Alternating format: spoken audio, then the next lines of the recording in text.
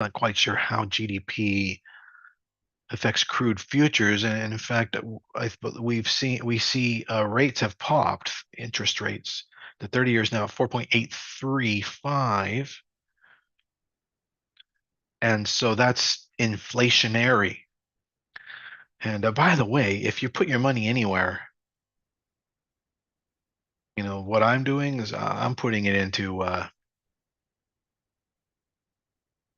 bonds.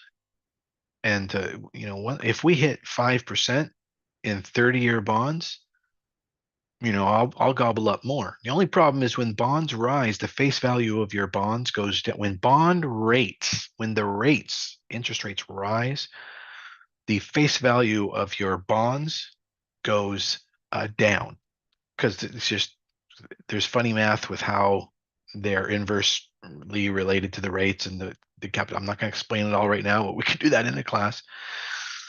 And so you need to right now, because rates could just keep going. We don't know where the bottom is or where the top is on rates.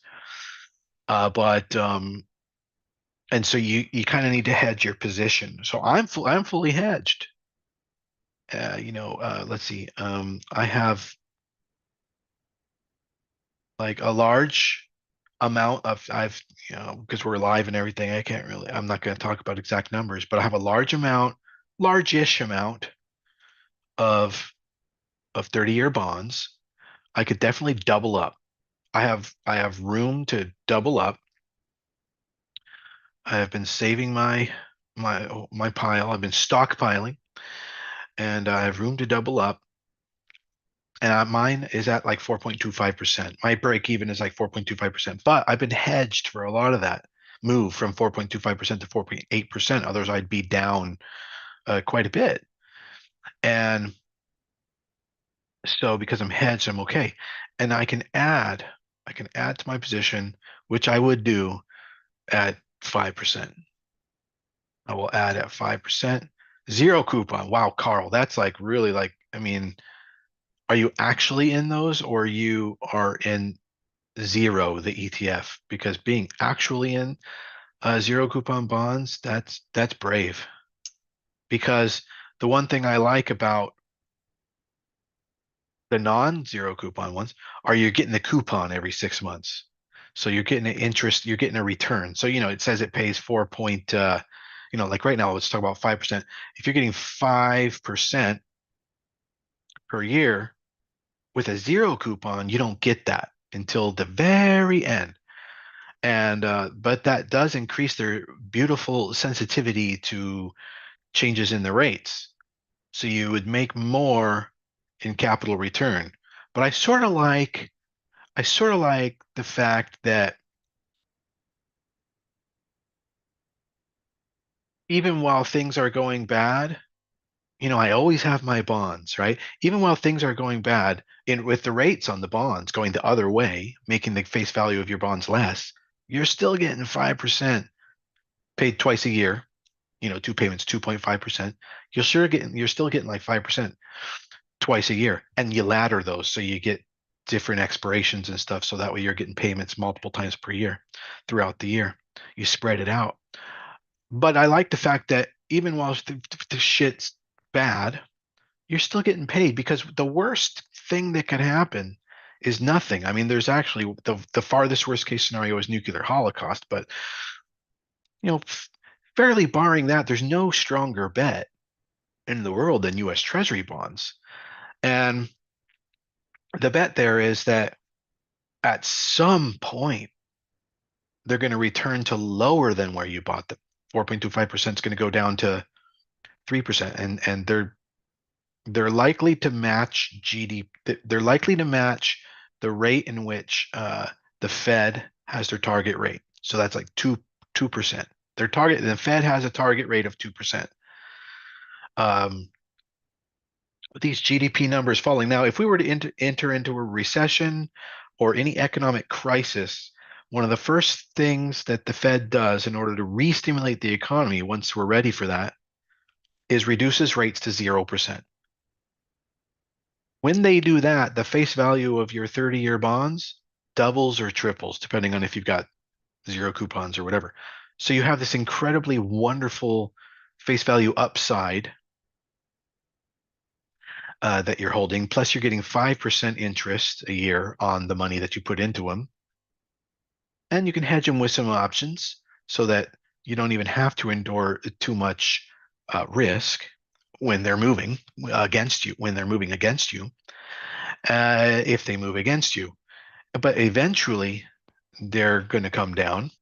And if they don't, they move so slow that hopefully you can stockpile enough that when they go up, you could buy some more and you keep averaging up until eventually they will. But the whole, like, you've got the directive of an entire of the basically, the GDP of the world, the US economy is 26% of the world. And the US dollar in world trade represents 95% of world trade. Okay, so you have the leader of the economic knobs of the planet Earth on task, on duty right now with squashing interest rates, getting those rates back down, squashing inflation, essentially, getting interest rates topping out and squishing down, and then lowering them to the point where they're back to 2%. You have the leader of the entire Earth's economy. Like, if there was any knobs that could be controlled for the global of Earth's economy, there's this one guy, the Fed. And he's telling you what he wants to do. Now, that might change and you might get more aggressive. You might raise rates now in order to squash inflation. And now that definitely would cause recession risk, because if GDP is going down so fast, then our productivity is not doing too good. So where's all of the jobs? Where's all the results of all the good jobs that have been going on? There's a lot of jobless claims that are really good right now, reports that are really good, but where's the results? Very strange. So this last print, this is the weirdest thing. I even posted this, is I find this last GDP print hard to believe. It's almost hard to believe, but you go with what you go with. I mean, the fucking market's falling right before our eyes right now. I mean, we're watching it bleed out right now, right here. Like, literally, it's, happening. The market is now down 1.8%, down 7.5 points before the open, and we're opening in 17 minutes. I have a little bit I want to say on this. So I don't know. I even forgot what I was going to say. Oh, it's about bonds. So if there was anything, I mean, right now, I don't want to be in anything. You wouldn't want to be allocating anything. If you could find some good bearish bets, like, let's say, getting a CCS on Meta probably is an okay idea.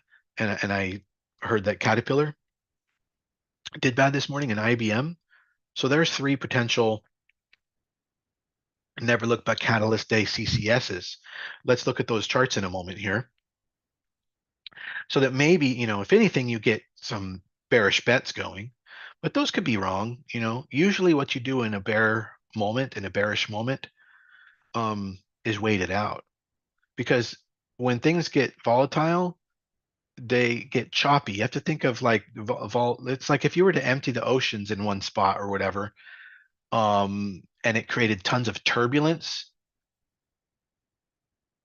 and you said, you know what, the whitewash is never going to splash above this level, but the turbulence is crazy as the ocean's draining right there, right? And you could be wrong. The lower the ocean gets, the more turbulent it gets, and the level in which you think we could never get up to again uh, tends to get tested even more. And you get these anomalous blips that go way up high.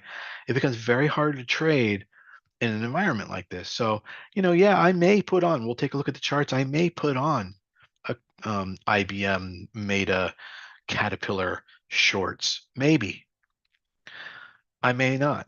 But one thing is for sure, if 30-year rates are getting above 5%, you're never going to see that again in your lifetime, depending on how old you are. It's going to be another, I mean, these cycles are like 14-year cycles. that the beginning and the end of which, it could be 10 to 20 years minimum before you get another chance to grab interest rates, 30-year interest rate bonds at 5%. That's crazy. In my lifetime, it's been like 40 years before we've seen that. Well, I don't know. I'd have to go back and look at a chart. Maybe I missed a period there, but it takes a long time. And the thing is, if you've got 30-year bonds at paying 5%, you don't have to do anything with them if you don't want. But the trade is that, if there's an economic crisis or a recession, and they reduce rates to zero, all of a sudden those bonds are going to triple in value. You might as well cash out at that point. I mean, that's a trade that you probably shouldn't miss. But for some people, they don't, they just want that 5% for the next 30 years. But what I'm saying is that worst case scenario, you got 5% on that money for the next 30 years. Worst case scenario. And guess what? At the end, no matter whether the face value goes up or down, at the end, if you do wait it out in 30 years, no matter which way the face value went, wherever rates were, at the end, they give you back your money, the original amount. So it's never really at risk, except for apocalyptic risk, of course. But it's never really at risk. It's the safest of all the risky investments because in the apocalypse, the best you can do is bludgeon someone with a gold bullion. Gold is useless uh, in the apocalypse. I mean, seriously, it would be hundreds of years before we got an economy set up to where people would be like, man, I got to get me some gold. Yeah, that's not going to happen. Um, so anyway, be the you can't be so afraid of getting into fucking 30-year treasury bonds. It's safer than money. Like the dollar. It's safer than the dollar. It's safer than well, it's not safer than gold. I wouldn't say it's safer, but it's damn safe. Look at this now. Gold is dropping and crude is dropping. This is very interesting. I would have thought those two would be going up right now, and the market's dropping. It just goes to show nobody ever understands everything. And as much as I can understand everything, I always stay humbled by the market. But this is perplexing that gold would be dropping, crude would be dropping, inflationaries dropping. In the meantime, it looks like consumer staples are solid, which makes total sense, and probably utilities. Let's see, utilities dropping a little more, but staples solid at the moment. We'll probably see everything go in red today. We haven't even talked about GDP yet, but just to continue to talk about 30-year rates, UTHY. I don't know. Let's see.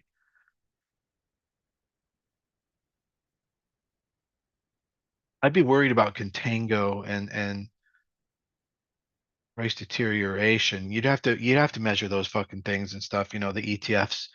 It's a lot better just buy the raw bonds. They they act the same. They're real. They're transferable. Oh, so here's another thing quickly about the bonds. You can, unlike stocks, which you can only margin 50% against. So if you were to buy an entire portfolio of stocks, you can only buy 50% more on margin. Whereas if you were to buy an entire portfolio of bonds, treasury bonds, they give you 80% margin. You get 80% trading power on bonds, which is a lot more than stocks. That's because they're safer. And so you get to play with a lot more play money, if you will, on margin. And for swing trading, that's perfect. So I swing trade against my bonds. The bonds just sit there. And the other thing to note is that treasury bonds can be used as collateral for down payments on properties like real estate, mortgage transactions. They can legally be used as down payments on a mortgage. So they can be the collateral required, right? Now, in the meantime, what kind of collateral, if you, let's say you have to put $200,000 down on a house for collateral for $1 million house, let's call it $100,000 down on a house. If you do that, you give it to the bank and not, from then on, there's nothing, you never see that money again, right? The equity's in the house and you hope the house does well. Whereas if that's a bond, you're getting that 5%. You're getting 5% on that 100,000, every year. So it helps. And that you can legally do that. So that's pretty cool. You do need to have your bonds at a brokerage where they can give you a mortgage collateral using the bonds as collateral. So usually you want a brokerage that's a full service brokerage that has mortgage rate loans, a full, mortgage lending department, which most all of them are. All right. So anyway, that's a little bit about bonds for some of you who didn't know. I think Randy and Colby, you probably haven't been around enough to hear me talk about bonds. Now, Marcus and Carl have been around enough to be bleeding out of their ears right now, like because I talk about the importance when it's important of bonds as a trade, as a longer trade, as a macro trade. For the last fucking since the pandemic drop, I've been talking about it, because that starts the cycle. Since the Fed has fucked everything up in the beginning with um, failing to control inflation, that's when the bond trades started to get on the radar, and it still wasn't time to pull the trigger yet. For 3 years, Carl says, and Marcus says, yes. They are bleeding out of the ears. They're like, all right, all right, enough about the bonds. Can we talk about the market? So, but it's really important. It's the big trade. It's like what's that guy? Michael Burry. It's one of the big trades you can do in your portfolio. It's like a Babe Ruth, position you can have on. And then you're able to use margin to trade against that to do some of your swing trades. Of course, I don't recommend any of this.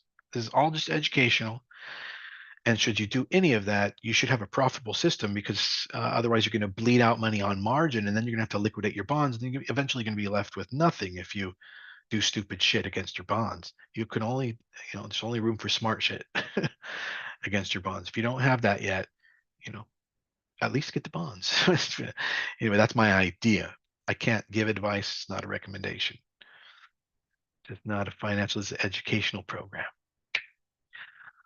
So anyway, yeah, GDP came out this morning at 8:30, and instead of I think it was 2.5% what we expected for the quarter, the prior quarter, for this like current quarter, current. Okay, let me double check the exact. Is it current or prior or what? It was quarter one. So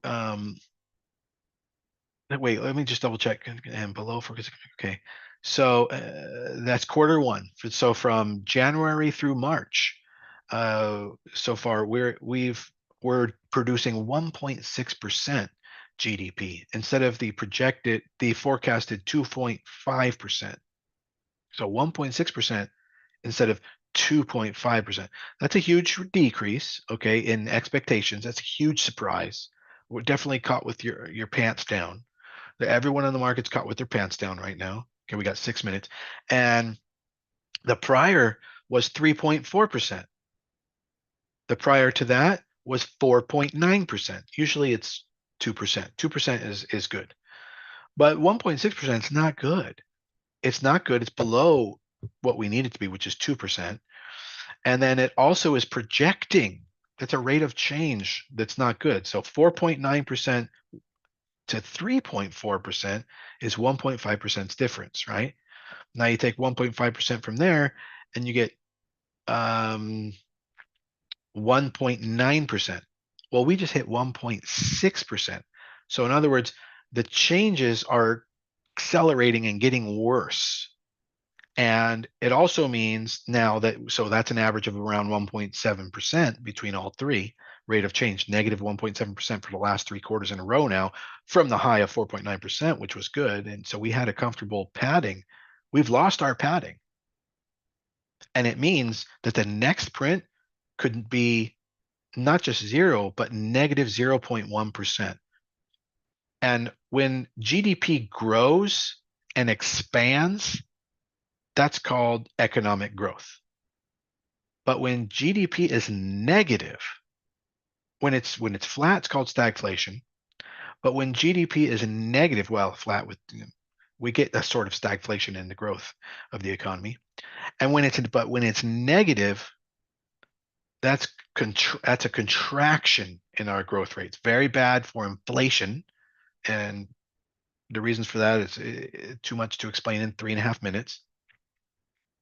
But more importantly, you might call, instead of forward growth expansion, you would call a print like that receding, right? And what's another word for receding? Recession. We have GDP recessing. That's where the word recession comes from, right? Now, when you have a negative print, which could happen in the next quarter on GDP, it's technically not a recession. And the reason for that is because things zigzag. Okay, so listen up. The reason that you wouldn't call that a recession is because things zigzag. And so they're saying, okay, well, maybe it'll wiggle. We need to see the wiggle. We need one more print to see if it wiggles up, and then maybe we're just chopping around, right? It's not statistically absolute when you have the first or a negative print that it is a recession. For the following reason is because things go up and down, you'd need another print lower or at the same or negative in order for economists, and you can look up the definition. It says you need two back-to-back negative prints to definitively have an economist say, we are in a recession. Okay.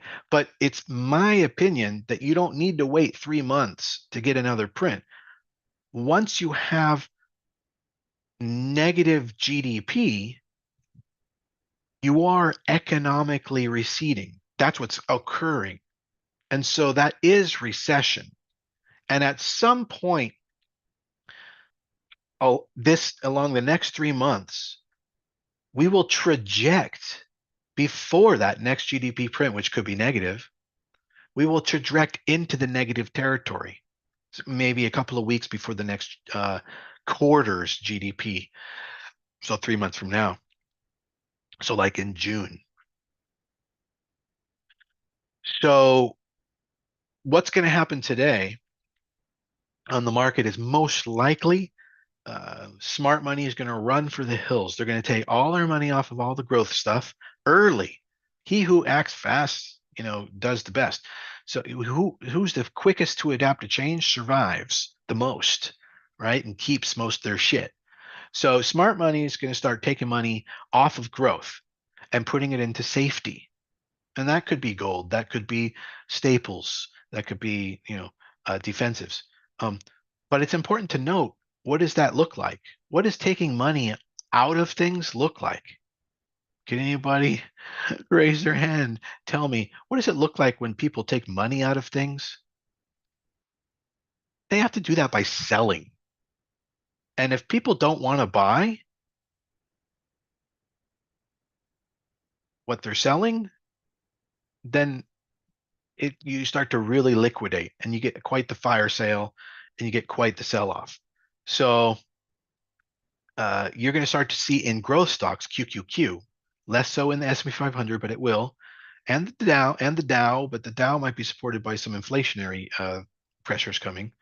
But you can start to see some blood. You can start to see some red on the markets, and we're going to stay underwater for the next 3 months, and that's going to show up as negative movement in growth stocks. And that negative movement will exist in all those growth stocks and keep us down in anticipation of potentially recessionary GDP.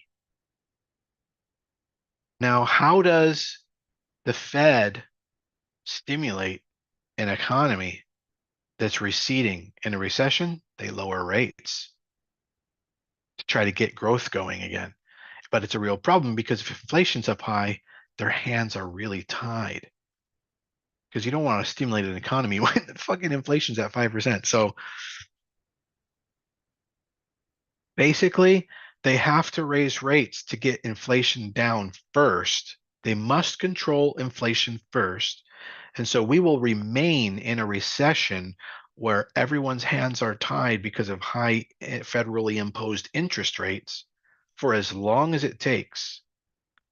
And we're going to raise rates. I mean, this GDP print means we're raising rates.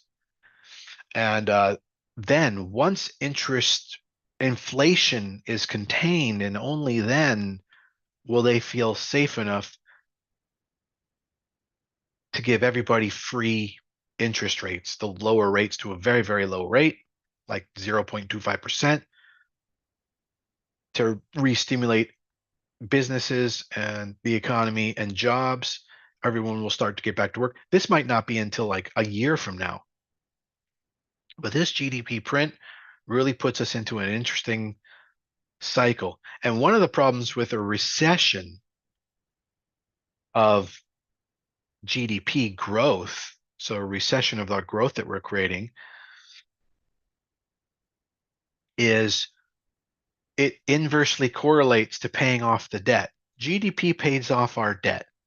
Now, if we're increasing our debt, even if we kept our debt flat, if debt was flat, then recession inversely increases the debt because it causes inflation. And so you feel that more. You get that Venezuelan effect. And so right now, uh, the economy, right now with this GDP print, the economy is now dialed in for recession and for a very difficult scenario for the Fed to manage right now. And probably averaging into bonds is going to be one of the best investments there is. And that's why the rates on bonds are going up. We go over to the 30-year. And we have popped, 4.8%. We're going up. We're going up, up, up. We were previously at 5.178% like a year ago. All right, let's take a quick look at IBM Meta. Let's see if Meta we can grab a CCS on. That's a huge gap, and I'm definitely looking to exploit that incredible gap with a call credit spread. And then IBM's actually green off of the open, so I'm not too thrilled about that. And the other one was, can someone remind me? Anybody? Cat. And Caterpillar's green off the open pretty strongly as well. So the only real one to maybe go after was Meta. So I would still not test my luck and get the 425. I'd still go after just a 20 delta on Meta. Now the interesting thing is they might not pay. ROC might not be above delta on that. So, but let's see. 20 delta on Meta on the CCS side is 480. That's all the way back to the gap. That's exactly where I would want it. There's going to be so much resistance there. That just seems like free money. So you would sell the 480 and buy the 485. And for that, we get, see, this is what I'm talking about, $75 credit. That's less. 75 divided by 425, that's 17.6%. So I'll still do it, but this is what happens is you don't get paid too much on the call side in a bull market. So the adjustment, the figures are not great. And also after earnings release, Vega volatility is sucked really low and it only has high to go. And so, you don't get the greatest prices. Let's see, but I'm still going to grab some.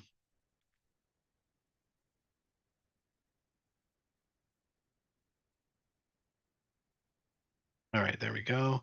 And let's see if I can get even $1 of improvement, maybe. God, no, it's sucking dry right in front of us. I can't even get the old figure. I might not even be able to get the trade because it's just not returning enough ROC. But I have a limit order in at about 18% ROC on a 20 delta. That's, that's kind of pushing my luck. It's close enough though. All right, so my hedges are kicking in real strong. My portfolio QQQ puts and my hedges on my bonds, which are now up, are going up as well. So those are fully kicked in. What I do need to look at, is there anything I need to kind of like be alarmed about or cut at the open here? And CART has really been testing my faith, but interestingly enough, it looks flat. Let's go look at the market real quick and see how it's behaving. All right, so growth versus value versus industrials. This is kind of interesting. We should take a look at QQQ versus SPY-V. See, value's flat for the last few days. Value's holding steady versus SPY-G, which is just the growth stocks. Growth stocks are getting dumped on because no one wants to invest in innovation right now. And then the Dow industrials, they're acting quite negatively. It's strange. This is kind of strange. I'm not sure why they're doing that, because this should be inflationary, as I said, but I may have miscalculated or misunderstood one, factor out there in the algebraic equation of all these variables. And we might have something, some threat or some risk out there that I haven't thought about. And so that's why we're seeing industrials and inflationary sort of coming down. But how is that the case when rates are going up? I mean, I am correct about, I think I've got everything right here, but it is really peculiar how gold and crude and industrials are going down when usually those go up in inflationary environments. Commodities, for example, like pick a commodity. Um,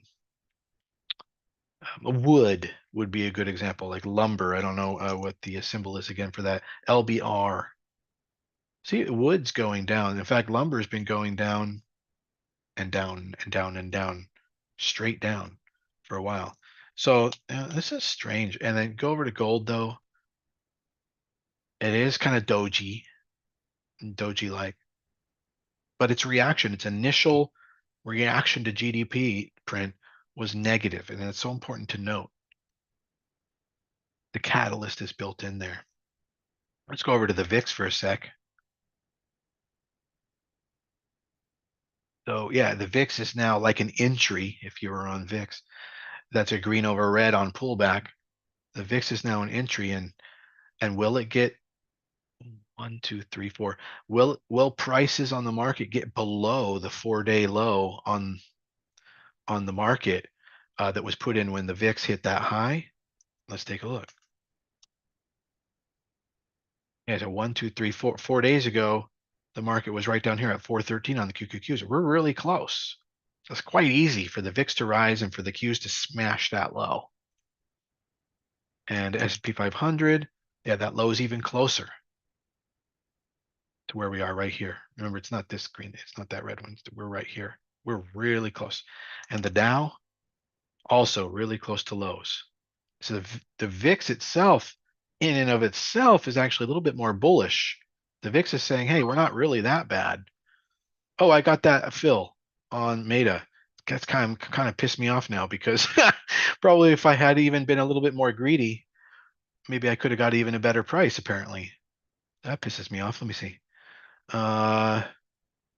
If you sell the 480 and you buy the 425 right now, well, actually it says 75 cents credit, but I got 76. But I bet I could have got 80 or 83 if I just waited it out just a little longer. That's okay. Continuing on, let me go put Meta, stuff that into the right folder here. So, checking out the market, and IBM's taking another quick look at that. But one thing that I do have is I have a weakness list. That sounds so funny. Like, what am I, Lex Luthor? I have a global weakness list. It's kryptonite at the top. And if I go in here, I can pull up the S&P 500. Weakness list. Where is that now? Here. There we go. S&P 500, the weakest stock moves compared to how things are moving today. And it says Meta is at the top of that list. No shit. And then TXT. Yeah. LUV. So that's Southwest Airlines, I believe. Yeah. They had bad earnings. And boy, they've just been all over the fucking map with those merger things and everything. So I don't want to even touch that now. Caterpillar, obviously, that's another one. And there's IBM. So isn't that interesting? In the top five, one, two, three, four, five of this computer generated scan list, which isn't looking for things that gap down or anything weird like that. It's literally just comparing, hey, how are things moving on this stock compared to the 500 other stocks in the S&P 500? And it says these ones are not doing too good, relatively speaking, the way all the other ones are moving. And it's correct. Those are the worst off. RJF, here's one. Now, this I like the look of. It just broke this pivot here and it is dumping. Now, well, that's on earnings. I like that, but I doubt it has the liquidity to get a CCS, but we'll check. Nope, only 39 options traded today. But that's the chart, that's the kind of chart that we like. ServiceNow, this one's sort of folding over. It says I have a position on that, but I don't know if I still do. Yeah, no, I don't. Like to convert these lines to 25% opacity once I'm out, roughly. That way I know I'm out. So now is very weak today after earnings. And it could be good if we could get a 760 at or near our ROC on now. I'm always looking at the June 21, by the way, right now. The 20 deltas on that are roughly the 780. Oh yeah, that gives me tons of cushion. That's a 22 delta, and I can get $180 of credit on a $10 spread. So that's 180 divided by 880, or a 21% return. That's pretty good. I like that. And I will get two of those. And sometimes, I push my luck. 175. See, it was just telling me 180. All right, I'm not gonna push my luck, but I'm gonna try for the 180. See if I can get it before everything contracts on it. And I can't get 180 anymore. Well, it says it's 180. The mid is 180. So I'm getting CCSs. I'm talking about 180 calls on the call side in case any of you are trying to open up any of these same positions. Um, but yeah, that's about the only thing I would do in this market right now is grab some negative deltas. Let's see. Okay, monitoring that's fine right now. I'm looking, so I'm still scanning for weaknesses on anything that's liquid enough for me to grab option position. I didn't even check the liquidity on that. Let me quickly check. All right, 6,000 options almost traded today already this morning on now. So yeah, that's good. AOS, love that. That's also a perfect drop that we would want to be in, but I've never heard of this company. And so the liquidity is probably quite low. Yeah, 94 options have traded today. That's not enough liquidity. AOS, RGF, ENPH not having a good day. It has broken below pivot, and that's on 2 days of earnings descent. This could be good, except the liquidity could be low. Let's check.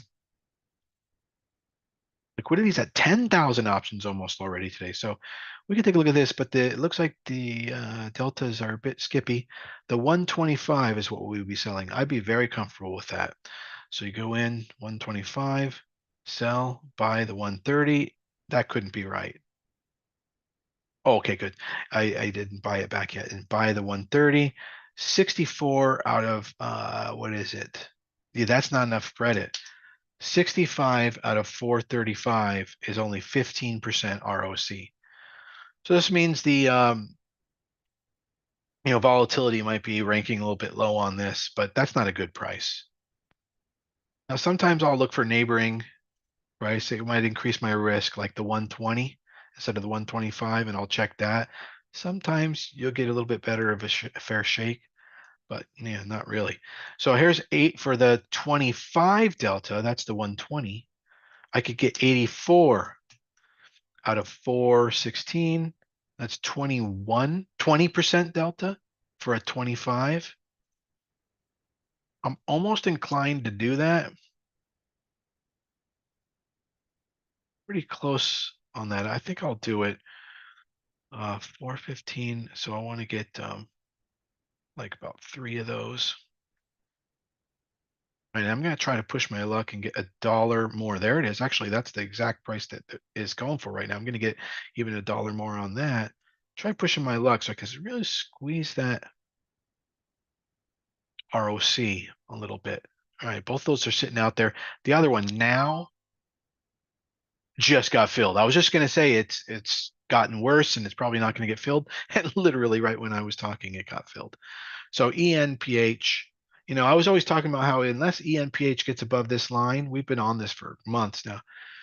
Unless it gets above this line, it remains bearish. So there you go. And says a worthwhile moment of breakdown on ER catalyst, a little bit more reliable when you go with a catalyst, a negative catalyst. O'Reilly, kind of like, no, thank you. That's, it's dojing, it's down, but it's got this 200 support line that it's looking at. And that's just probably not going to work out. We want egregious blood shed. WST, no. BMY, that looks great. Bristol Myers, but it might not be super liquid on the options, but obviously it's a huge company. So the shares probably are good, but it just might not be traded a lot. Actually, it's got 15,000 options that it traded today. So maybe let's check. The 24 deltas are at 50. Wow, that is a little bit too close by for me, but it is above this pivot point on a very negative day. I doubt it pays well. Let's see. To the 52. So you get $37 off of 213. 17% ROC on a 25 delta. That's just screaming at you saying, don't do it. Do it. It's not right.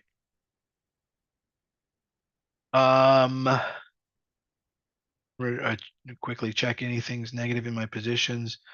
Maybe I got to worry about CrowdStrike. Let's see. Not terribly. How about NTNX? Also doing kind of okay. CART is the one. And CART's is improving today. My position is improving on CART. So I really do not have any emergencies. How about you, Randy? Anybody else who's in any CCS or PCSs or any positions you'd like me to look at to make sure the health of and you're concerned about? I'm happy to do so. WTW.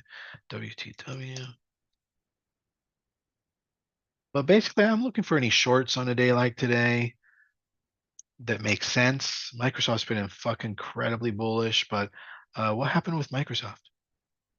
Oh, it's got earnings after hours, so I'm not going to touch that right now. It's like I feel like the one, is it called bellwether? Let me see what bellwether means. I think it means like the one counter intuitive, the leading sheep of a flock with a bell on its neck, something that leads or indicates. No, not really talking about a bellwether, but it's sort of the opposite of an underdog. An overdog? Is that such a word? Let me see. Overdog. A person who is successful or dominant in their field. I'm a fucking overdog.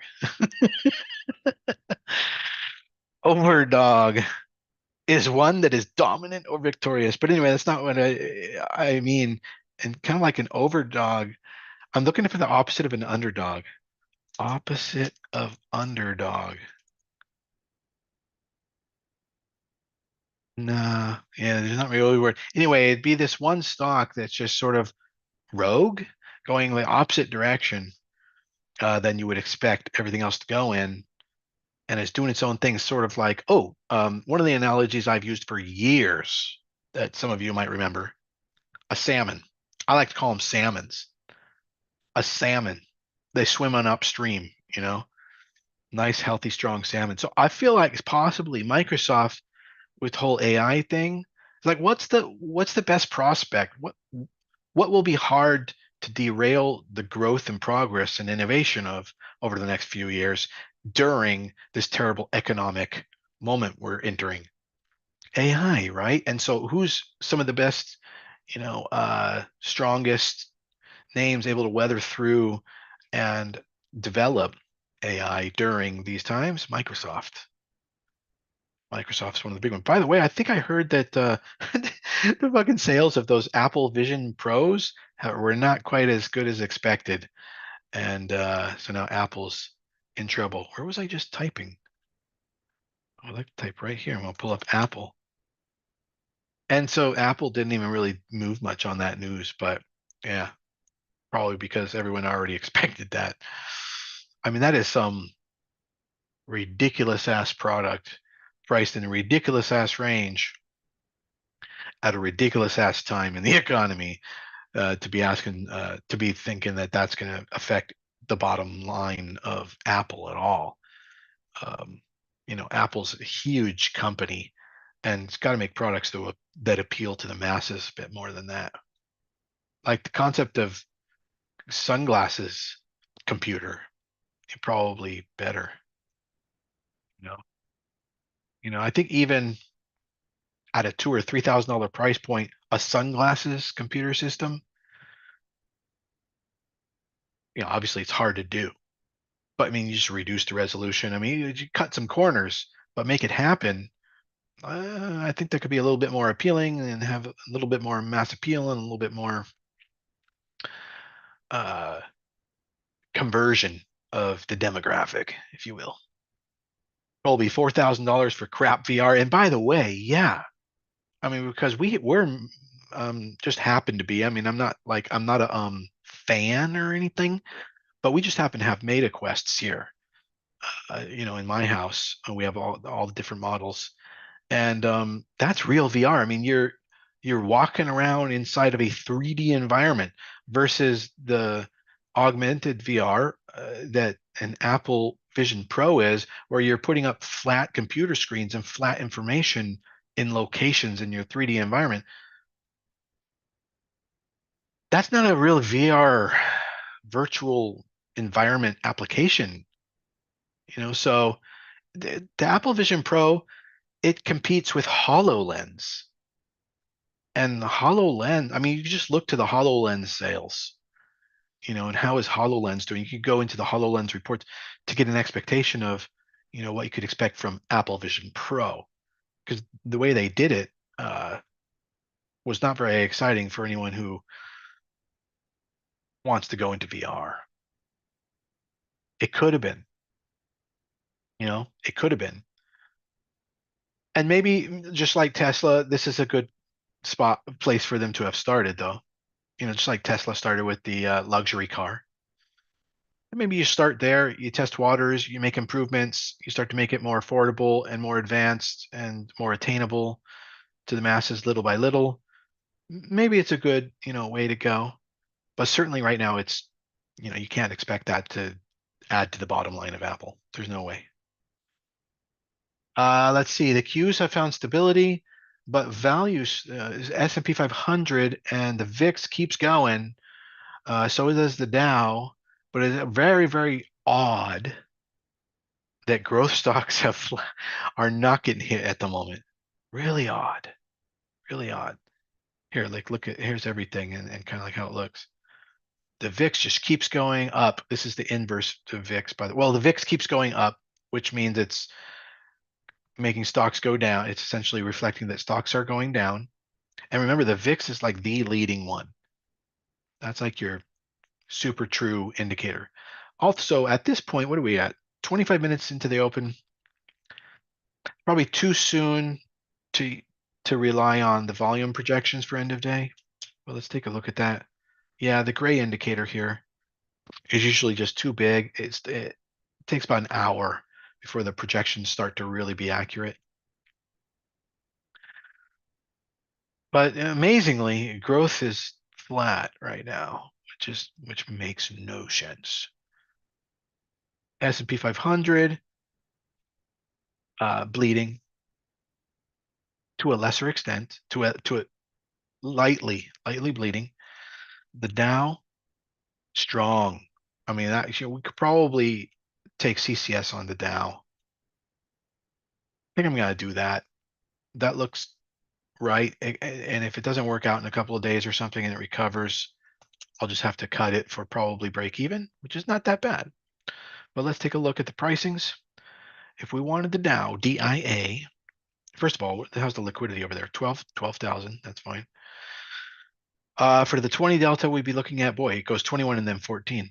We'd be looking at the 395 price level. That's way up here. Yeah, I think we're going to have trouble getting all the way up to that level by June 21. I definitely could take that bet. So I would sell somebody that bet because I think they're being ridiculous. And that would be the 395. I sell that and then I would buy the 400. I'm getting 88 bucks for therefore 412 required capital. That's 21% on a 21. So it's actually accurately priced and going to finally get something accurately priced on the call credit side. I like that. So boom, I'm sending that order in. The liquidity should be pretty good. I should get a fill in less than a few minutes here, probably. Let's see. I was asking for 88 at that moment. Oh, okay.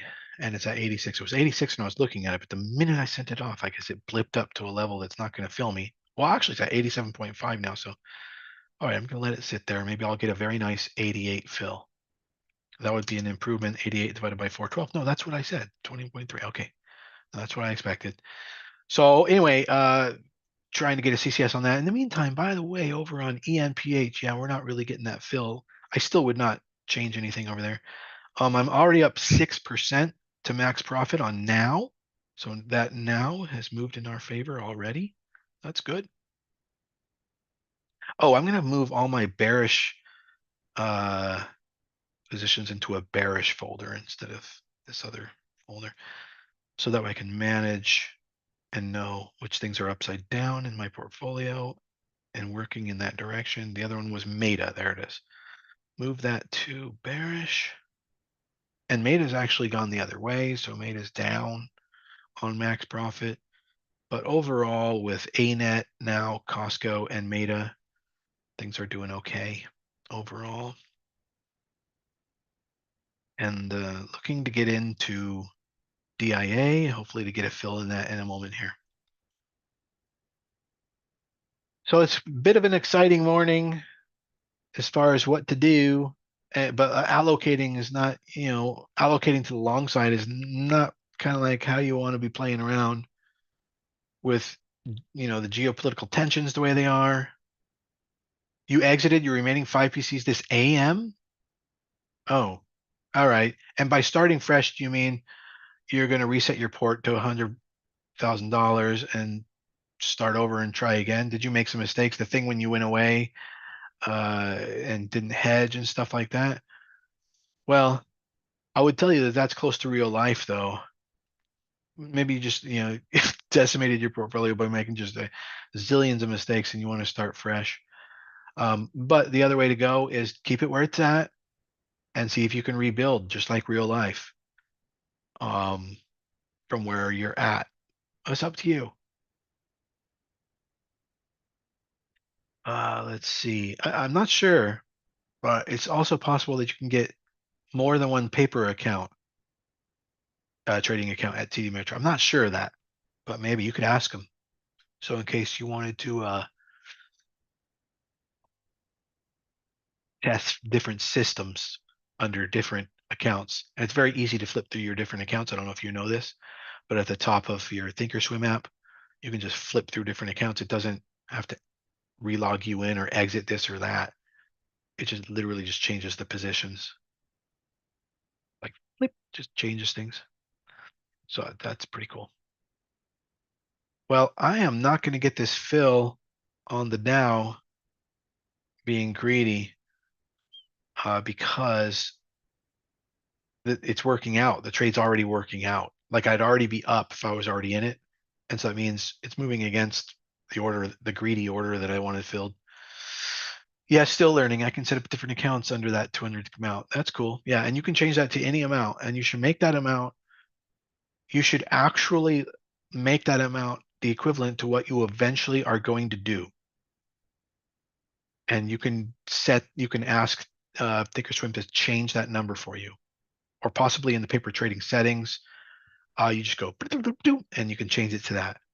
So change that number to what you're going to eventually do. That way you get used to that size, you get used to the movements, you get emotionally used to the exact numbers that you need to get emotionally used to.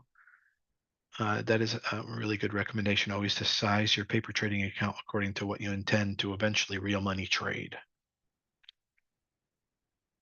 All right, well, I think, I don't know, we're all set here as far as getting, what is it, acclimated to the shift today, the tectonic shift on the market. I just don't think that this is good for the next 3 months. And so I wouldn't trust anything.